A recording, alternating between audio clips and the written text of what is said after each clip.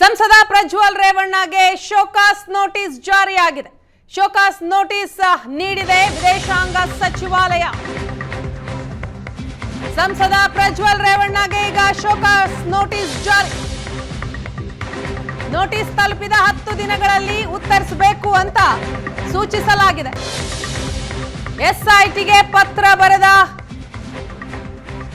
ಬೆನ್ನಲ್ಲೇ ಈಗ ವಿದೇಶಾಂಗ ಸಚಿವಾಲಯ ಕ್ರಮಕ್ಕೆ ಮುಂದಾಗಿದೆ. ಪ್ರಜ್ವಲ್ ರೇವಣ್ಣ ವಿರುದ್ಧವಾಗಿ ಈಗಾಗಲೇ ಲುಕ್ಔಟ್ ನೋಟಿಸ್ ಇದೆ, ಬ್ಲೂ ಕಾರ್ನರ್ ನೋಟಿಸ್ ಇದೆ.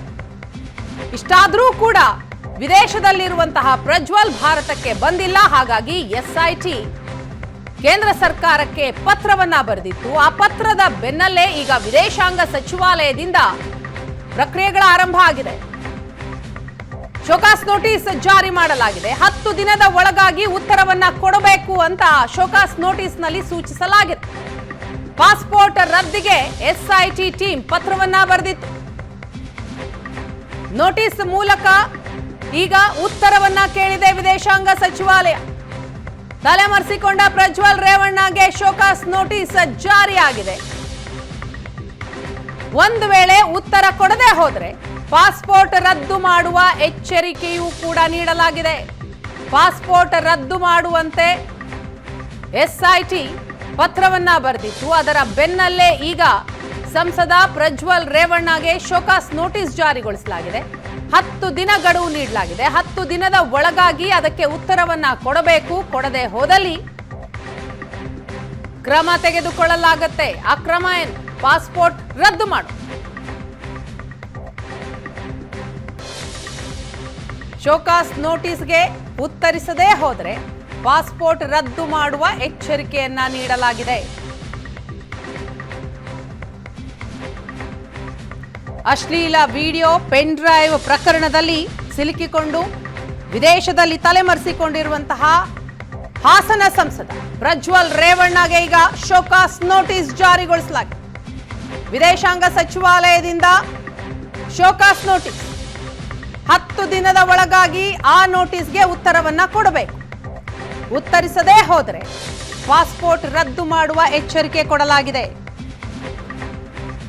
ವಿದೇಶಾಂಗ ಸಚಿವಾಲಯ ಈಗ ಮೊದಲ ಬಾರಿಗೆ ಪ್ರಜ್ವಲ್ ರೇವಣ್ಣಗೆ ಬಿಗ್ ಶಾಕ್ ಕೊಟ್ಟಿದೆ. ಎಸ್ಐಟಿ ಹಾಗೂ ಮುಖ್ಯಮಂತ್ರಿ ಸಿದ್ದರಾಮಯ್ಯ ಕೇಂದ್ರ ಸರ್ಕಾರಕ್ಕೆ ಪತ್ರವನ್ನ ಬರೆದಿದ್ದಾರೆ. ರಾಜತಾಂತ್ರಿಕ ಪಾಸ್ಪೋರ್ಟ್, ಪ್ರಜ್ವಲ್ನ ರಾಜತಾಂತ್ರಿಕ ಪಾಸ್ಪೋರ್ಟ್ ಅನ್ನ ರದ್ದು ಮಾಡಬೇಕು ಅಂತ ಪತ್ರವನ್ನ ಬರೆದಿದ್ದಾರೆ. ಆ ಪತ್ರದ ಬೆನ್ನಲ್ಲೇ ಈಗ ವಿದೇಶಾಂಗ ಸಚಿವಾಲಯ ಕ್ರಮಕ್ಕೆ ಮುಂದಾಗಿದೆ. ಮೊದಲಿಗೆ ಶೋಕಾಸ್ ನೋಟಿಸ್ ಅನ್ನ ಕೊಟ್ಟಿದೆ. 10 ದಿನದ ಗಡುವು ಕೂಡ ನೀಡಲಾಗಿದೆ. ಈ ಬಗ್ಗೆ ಮತ್ತಷ್ಟು ಮಾಹಿತಿಯನ್ನ ಕೊಡ್ತಾರೆ ನಮ್ಮ ದೆಹಲಿಯ ಪ್ರತಿನಿಧಿ ಮಂಜು. ಇದೀಗ ನಮ್ಮ ಜೊತೆ ಸಂಪರ್ಕದಲ್ಲಿದ್ದಾರೆ. ಮಂಜು, ಕೇಂದ್ರ ಸರ್ಕಾರಕ್ಕೆ ಎಸ್ಐಟಿ ಪತ್ರವನ್ನ ಬರೆದಿದೆ. ಜೊತೆಗೆ ಮುಖ್ಯಮಂತ್ರಿಗಳು ಕೂಡ 2ನೇ ಬಾರಿಗೆ ಪತ್ರವನ್ನ ಬರೆದ್ರು. ರಾಜತಾಂತ್ರಿಕ ಪಾಸ್ಪೋರ್ಟ್ ರದ್ದಾಗಬೇಕು ಪ್ರಜ್ವಲ್ ರೇವಣ್ಣದು ಅಂತ. ಅದರ ಬೆನ್ನಲ್ಲೇ ಈಗ ವಿದೇಶಾಂಗ ಸಚಿವಾಲಯದಿಂದ ಶೋಕಾಸ್ ನೋಟಿಸ್. ದೊಡ್ಡ ಶಾಕ್ ಆಯ್ತು ಪ್ರಜ್ವಲ್ ರೇವಣ್ಣಗೆ. ಒಂದು ಅರ್ಥದಲ್ಲಿ ಅಥವಾ ಒಂದು ರೀತಿಯಲ್ಲಿ ಶಾಕ್ ಅಂತಾನೆ ಹೇಳ್ಬೋದು. ಕೇವಲ ಈ ರಾಜತಾಂತ್ರಿಕ ಪಾಸ್ಪೋರ್ಟ್ ಅನ್ನ ಯಾವುದೇ ಒಂದು ದೇಶದಲ್ಲಿ ಅಂದ್ರೆ ವಿದೇಶದಲ್ಲಿ ಬಳಕೆ ಮಾಡಲಿಕ್ಕೆ 90 ದಿನಗಳ ಅವಧಿಗೆ ಮಾತ್ರ ಅವಕಾಶ ಇರುತ್ತೆ. ಅದಾದ ನಂತರ ಅವಕಾಶ ಇರೋದಿಲ್ಲ. ಅದು ಕೂಡ ಭಾರತ ಸರ್ಕಾರ ವೀಸಾ ಅಗ್ರಿಮೆಂಟ್ ಮಾಡ್ಕೊಂಡಿರುತ್ತೆ. ಹೆಚ್ಚು ಕಡಿಮೆ 34 ದೇಶಗಳ ಜೊತೆ ನಮ್ಮ ಭಾರತ ಸರ್ಕಾರ ಅಗ್ರಿಮೆಂಟ್ ಮಾಡ್ಕೊಂಡಿದೆ, ಇನ್ಕ್ಲೂಡಿಂಗ್ ಜರ್ಮನಿ.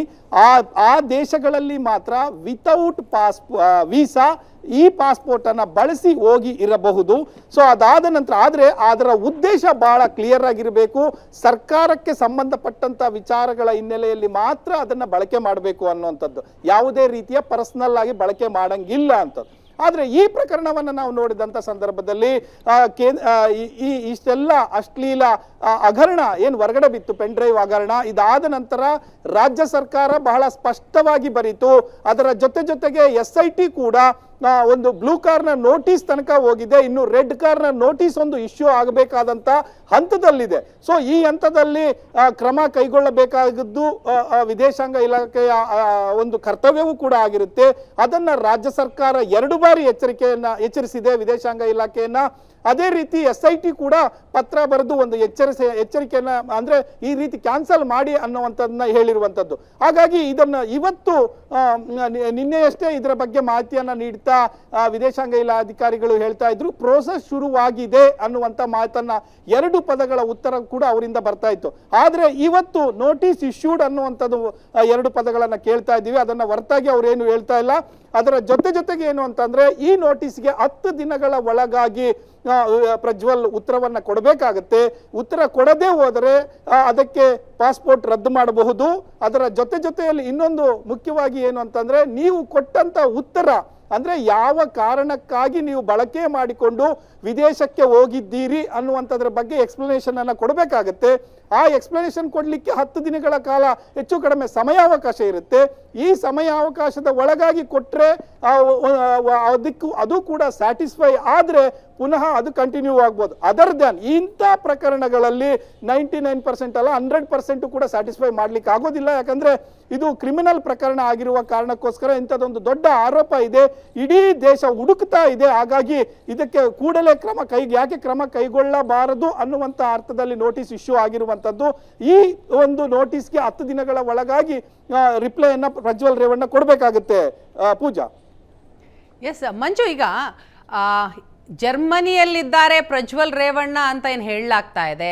3-4 ಬಾರಿ ಟಿಕೆಟ್ ಬುಕ್ ಮಾಡ್ತಾರೆ ಇಂಡಿಯಾಗೆ ಬರೋದಕ್ಕೆ, ಮತ್ತೆ ಕ್ಯಾನ್ಸಲ್ ಮಾಡ್ಕೊಳ್ತಾರೆ.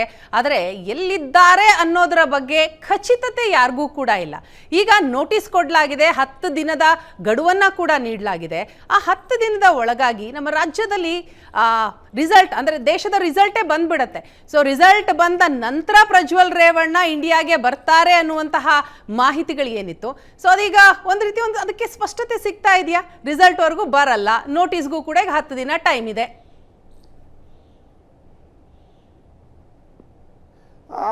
ಎರಡನ್ನೂ ಕೂಡ ಅವಕಾಶ ಬಳಸ್ಕೋಬಹುದು ಅಂತ ಅನ್ಸುತ್ತೆ. ಯಾಕಂದ್ರೆ ಈ ಆರೋಪಿ ಏನಿದೆ ಪ್ರಜ್ವಲ್ ಬಳಸಿರುವಂತ ದಾರಿ ನೋಡಿದಾಗ ಈ ಅವಕಾಶವನ್ನು ಕೂಡ ಬಳಸ್ಕೊಳ್ತಾರೆ ಅಂತ ಹೇಳ್ಬೋದು. ಕಾರಣ ಇಷ್ಟೇ, ನಾನು ಇನ್ನು 7 ದಿನಗಳ ಒಳಗಾಗಿ ಹಾಜರಾಗ್ತಾನೆ ಅನ್ನುವಂಥದ್ದು ಅವರ ವಕೀಲರ ಮೂಲಕ SITಗೆ ಒಂದು ಇದನ್ನ ರಿಕ್ವೆಸ್ಟ್ ಲೆಟರ್ ಅನ್ನ ಕಳಿಸಿದ್ರು. ಆ ಗಡುವು ಮುಗೀತು. ಕೊನೆಗೆ ಕುಮಾರಸ್ವಾಮಿ ಅವರು ರಿಕ್ವೆಸ್ಟ್ ಮಾಡಿದ್ರು ಎಲ್ಲಿದ್ರು ಬಾ ಅನ್ನುವಂಥದ್ದು, ಅದು ಕೂಡ ಮುಗೀತು. ಈಗ ನಿನ್ನೆ ದೊಡ್ಡಗೌಡರು ಕೂಡ ಅಂದ್ರೆ ದೇವೇಗೌಡರು ಕೂಡ ಒಂದು ರೀತಿಯಲ್ಲಿ ವಾರ್ನಿಂಗ್ ರೀತಿಯಲ್ಲಿ ಕೊಟ್ಟಿರುವಂಥದ್ದು, ನೀನು ಎಲ್ಲಿದ್ರು ಬಂದು ಶರಣಾಗು, ಪೊಲೀಸರ ಮುಂದೆ ಕಾನೂನಿನ ಎದುರು ಶರಣಾಗು ಅನ್ನುವಂಥದ್ದು ಹೇಳಿರೋದು. ಇವೆಲ್ಲವೂ ಕೂಡ ನಾವು ನೋಡಿದಂತ ಸಂದರ್ಭದಲ್ಲಿ ಈ ಯಾವುದಕ್ಕೂ ಕೂಡ ಜಗ್ಗಿಲ್ಲ. ಅಂದ್ರೆ ಹೇಳಿದ ಮಾತನ್ನು ಕೂಡ ಆರೋಪಿ ಉಳಿಸ್ಕೊಂಡಿಲ್ಲ. ಅದರ ಜೊತೆಯಲ್ಲಿ ಈಗಲೂ ಕೂಡ ಕುಟುಂಬದ ಸದಸ್ಯರಿಂದಲೂ ಕೂಡ ಆಗ್ತಾ ಇರುವಂತ ಪ್ರಯತ್ನ ಒಂದು ರೀತಿಯಲ್ಲಿ ಉಳಿಸ್ಕೊಳ್ತಾರ ಇಲ್ವಾ ಅನ್ನುವಂಥದ್ದು ಕಾಣಿಸ್ತಾ ಇದೆ. ಆದ್ರೆ ಈ ಅವಕಾಶವನ್ನು ಕೂಡ ಈ 10 ದಿನದ ಅವಕಾಶವನ್ನು ಕೂಡ ಬಳಸ್ಕೋಬಹುದು.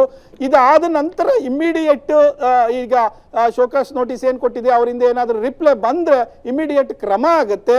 ಕ್ರಮ ಆದ್ರೆ ಇನ್ ಕೇಸ್ ಈ ಡಿಪ್ಲೊಮ್ಯಾಟ್ ಪಾಸ್ಪೋರ್ಟ್ ಏನಾದ್ರು ರದ್ದು ಮಾಡಿದ್ರೆ ಇಮಿಡಿಯೇಟ್ ಆ ದೇಶಕ್ಕೆ ಇನ್ಫಾರ್ಮೇಶನ್ ಹೋಗುತ್ತೆ. ಆ ದೇಶದಿಂದ ಅವರನ್ನ ಹೊರಗಡೆ ಕಳಿಸ್ತಾರೆ, ಡಿಟೈನ್ ಮಾಡಿದೆ ಅಂದ್ರೆ ಹೊರಗಡೆ ಬೇರೆ ದೇಶಕ್ಕೆ ನಮ್ಮ ದೇಶಕ್ಕೆ ಕಳಿಸ್ತಾರೆ.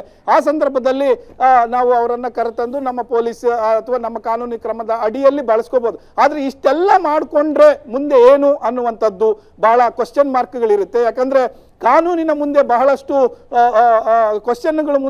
ಕಾನೂನಿನ ಮುಂದೆ ಕ್ವಶನ್ಸ್ ಜಾಸ್ತಿ ರೈಸ್ ಆದಾಗ ಆರೋಪಿಗೆ ಮುಂದೆ ಬಹುದೊಡ್ಡ ತಾಪತ್ರಯ ಎದುರಾಗುತ್ತೆ ಅನ್ನುವಂಥದ್ದು. ಯಾಕಂದ್ರೆ ಬೇಲ್ ಕೇಳುವಂತ ಸಂದರ್ಭ ಇರ್ಬೋದು ಅಥವಾ ಸಣ್ಣ ಪುಟ್ಟ ರಿಲ್ಯಾಕ್ಸೇಷನ್ ಕೇಳುವಂತ ಸಂದರ್ಭ ಇರ್ಬೋದು ನ್ಯಾಯಾಲಯದ ಮುಂದೆ.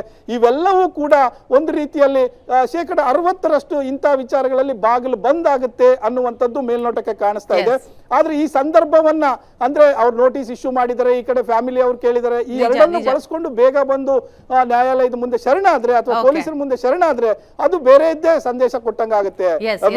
ಥ್ಯಾಂಕ್ ಯು ಮಂಜು ತಮ್ಮ ಮಾಹಿತಿಗಾಗಿ.